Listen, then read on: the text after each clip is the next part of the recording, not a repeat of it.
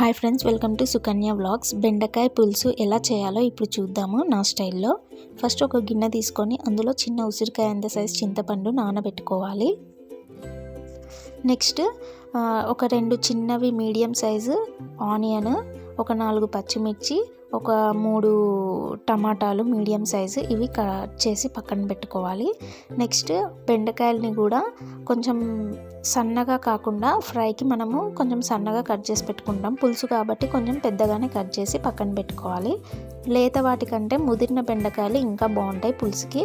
ఇప్పుడు కడాయి పెట్టుకొని అందులో 2 స్పూన్స్ వరకు ఆయిల్ వేసుకొని ఆయిల్ హీట్ అయ్యాక ఒక 1/2 స్పూన్ వరకు జీలకర్ర వేసుకోవాలి.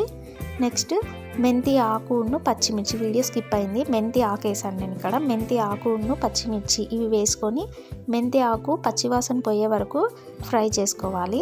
నెక్స్ట్ మనము కట్ చేసి పెట్టుకున్న ఆనియన్స్ కూడా వేసుకొని ఫ్రై చేయాలి.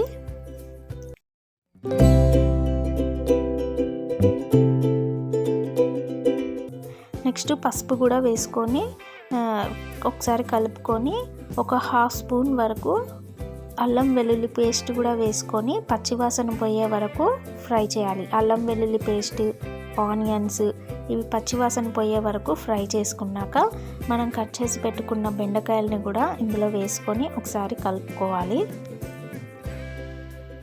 ఇలా మధ్య మధ్యలో కలుపుతూ ఉండాలి. ఇప్పుడు రుచికి సరిపడా సాల్ట్ కూడా వేసుకొని మధ్య మధ్యలో కలుపుకుంటూ బెండకాయలని కొంచెం ఫ్రై చేయాలి. ఇలా అడుగంటకుండా మధ్య మధ్యలో కలుపుకుంటూ ఫ్రై చేయాలి. మూత పెట్టుకొని మధ్య మధ్యలో కలుపుకుంటూ ఫ్రై చేయాలి. నెక్స్ట్ ఇవి కొంచెం ఫ్రై అయ్యాక మనము కట్ చేసి పెట్టుకున్న టమాటాలని కూడా వేసుకోవాలి. టమాటా కొంచెం మనకి కారంకి తగ్గట్టు రెడ్ చిల్లీ పౌడర్ కూడా వేసుకోవాలి. కారం కూడా వేసుకున్నాక కలపకుండా అలానే మూత పెట్టేసేయాలి. ఎందుకంటే మధ్యలో టమాటా మంచిగా ఉడుకుద్ది అనేసి నేను అలా చేశాను. కలపకుండా అలానే వదిలేసి మూత తీసి ఇప్పుడు మధ్యలోనే ఒకసారి కలిపి మొత్తం బెండకాయలు అన్నీ మిక్స్ అయ్యేలాగా కలుపుకోవాలి.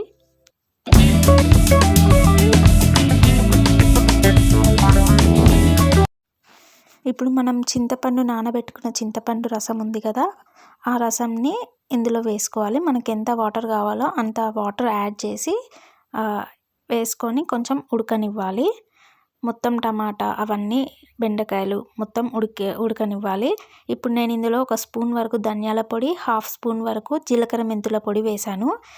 ధనియాల పొడి ఆల్మోస్ట్ అన్ని కూరలలో వేసుకుంటాము. ఈ పులుసులో జీలకర్ర మెంతుల పొడి వేసుకోవాలి. ఈ పొడి వేస్తే పులుసు చాలా టేస్టీగా ఉంటుంది.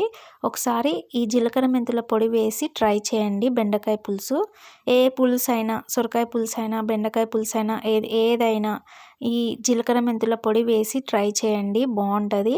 ఇలా ఆయిల్ పైకి పేరుకునేలాగా ఉడకనివ్వాలి. ఇలా ఆయిల్ పైకి పేరుకుంది అంటే మనకి బెండకాయ పులుసు రెడీ అయినట్టు. అంతే అండి, simple, easy and tasty recipe బెండకాయ పులుసు. ట్రై చేయండి ఒకసారి. Thank you friends.